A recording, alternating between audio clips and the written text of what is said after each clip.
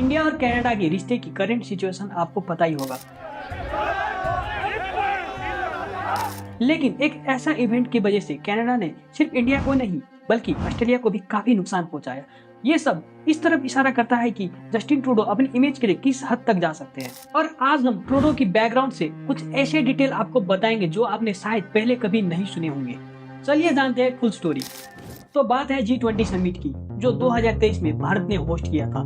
Canadian prime minister Justin Trudeau भी इस summit में शामिल हुए थे, लेकिन उनकी ये विजिट एक और वजह से हेडलाइन में रही। कुछ रिपोर्ट्स के मुताबिक उनके प्लेन में कुछ इलीगल सब्सटेंसेस पाए गए जैसे कोकेन, और इसी नशे के वजह से वो कुछ ऑफिशियल इवेंट भी मिस कर गए। इसके बाद पीएम मोदी और जस्टिन ट्रूडो के बीच एक खास मीटिंग हुई जिसमें मोदी जी ने कुछ इंपोर्टेंट इश्यूज उठाए। पीएम मोदी ने कनाडा में चल रहे कुछ एंटी इंडियन एक्टिविटीज पे अपनी चिंता जताई, और ये activities mainly pro Khalistani group के थ्रू कंडक्ट किया जा रहा था। ये एक्टिविटीज के वजह से इंडिया की एकता और शांति पे बड़ा थ्रेट आ रहा था। मोदी जी ने क्लियरली कहा कि इंडिया वायलेंस या एक्सट्रीमिज्म को बिल्कुल भी टॉलरेट नहीं करेगा, चाहे वो कहीं भी हो।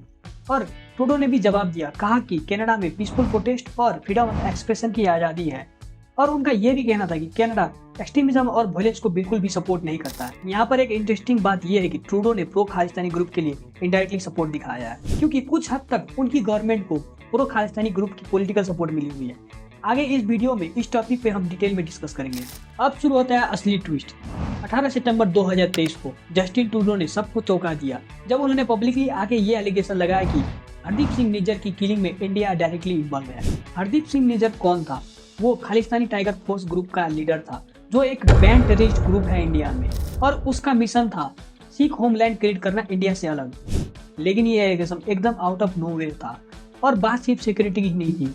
कुछ लोगों का कहना है ये एलिगेशन सिर्फ खालिस्तानी ग्रुप का सपोर्ट पाने के लिए किया गया था, क्योंकि कनाडा में सिख कम्युनिटी काफी बड़ी है, 4th लार्जेस्ट रिलीजियस ग्रुप है वहाँ।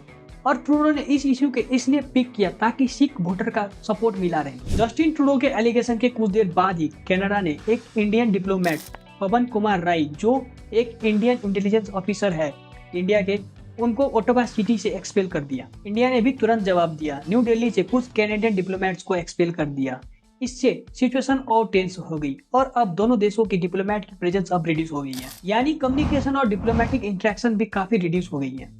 और अब रिसेंट डेवलपमेंट में ट्विस्ट और भी इंटेंस हो रहा है। हमारे foreign minister S Jaishankar recently Australia visit पे थे, और वहाँ पे उन्होंने कनाडा के गवर्नमेंट के ऊपर बोला कि कैसे वो प्रो खालिस्तानी एलिमेंट को सपोर्ट कर रहे हैं, जो इंडिया की सॉवरेनिटी के लिए एक बड़ा थ्रेट है। और सबसे सरप्राइजिंग मूव, कनाडा ने ऑस्ट्रेलियन न्यूज चैनल को बैन कर दिया जो ये स्टेटमेंट कनाडा में ब्रॉडकास्ट कर रही थी। इंडिया ने फिर एक रिस्पॉन्स दिया। मिनिस्ट्री ऑफ एक्सटर्नल अफेयर ने कनाडा की हिपोक्रेसी और फ्री स्पीच पर डबल स्टैंडर्ड को पॉइंट आउट किया। ऑस्ट्रेलियन गवर्नमेंट ने भी कनाडा के इस एक्शन को क्रिटिसाइज किया। और अब आगे क्या डेवलपमेंट्स आते हैं ये देखना इंटरेस्टिंग होगा। इस इश्यू पे आपका क्या टेक है, और ऐसे इन्फॉर्मेटिव वीडियोस के लिए हमारे चैनल को जरूर एक्सप्लोर करें।